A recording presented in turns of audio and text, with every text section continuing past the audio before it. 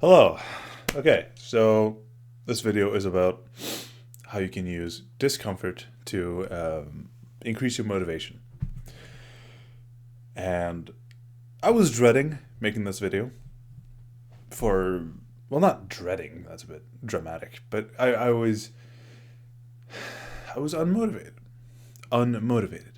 Um, as you can see, I'm still here though. How is that? We'll get to it. Motivation is based off of your dopamine levels because um, dopamine is often thought of as the pleasure chemical, the one that gets released upon pleasure. And while that is kind of true, uh, it's a bit more complicated. Let's say you're at your dopamine baseline because your baseline is where your dopamine generally sits at when nothing's going on, even though everything or something is always happening, but you get the idea. Um, let's say now that you had a thought pop into your head. You want to play video games. A lot of people that play video games might want to play video games. And specifically, when you get that thought into your head, your dopamine levels drop temporarily, specifically to spur the action of seeking that reward, so to speak. Yeah. On upon the acquiring of that reward, your dopamine levels are going to spike above baseline. Remember, it goes below baseline.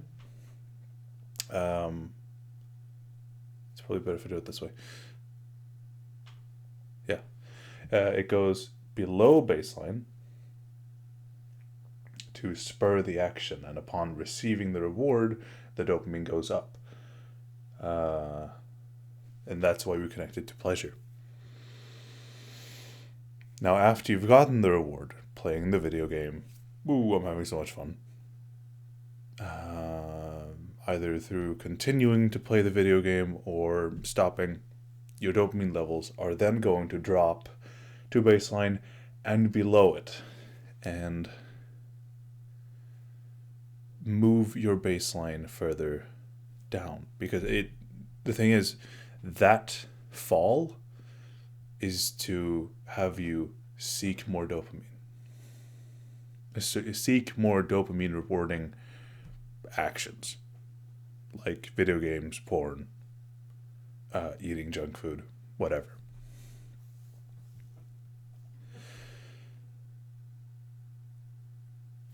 But the thing about having such incredibly pleasurable, uh, no, I'm doing it this way, right? Pleasurable. Uh, I'm doing it this. Wait, no. Here, I'm here. Yes, I'm looking at the camera and I'm trying to get in my head the way a graph looks.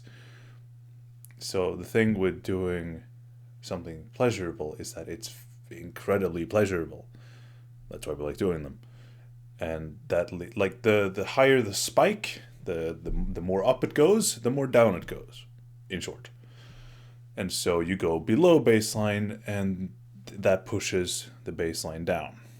The thing with it going up is that it's a temporary thing. You don't stay up there. You go up and then you go back down, and then you kind of stay down.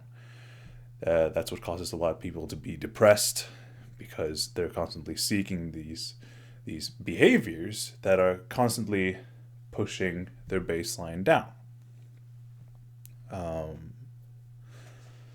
which leads to no motivation and, well, generally just an awful uh, sense of existence. Yes. Um, though, if you do something that's unpleasurable, say painful, Like, for my example, right before this video, I took an ice cold shower. I've talked about cold showers before, but not in this, not necessarily in this use. Taking a cold shower, which many would argue is quite unpleasurable to do. Like, you don't look forward to the action of becoming cold by the water from the shower. You might look forward to the motivation you get from it, but the thing is, your dopamine levels drop, like, as a response to the pain you're receiving from the cold shower, which then causes a rise in dopamine, kind of like an inverse graph of the one I told you about before. You get a spike down and then it goes up, and then that increases your baseline. And so you're more motivated to do more things. So for me to be motivated for this video, for the making of this video, I specifically got out, took a fucking ice cold shower, and right on. I'm still wet. Also, I'm wearing a bathrobe, Hamza style. If you don't know him, he makes really good self-improvement videos, and I guess I'm kind of imitating that style. Well, trying to. I'm not, you know.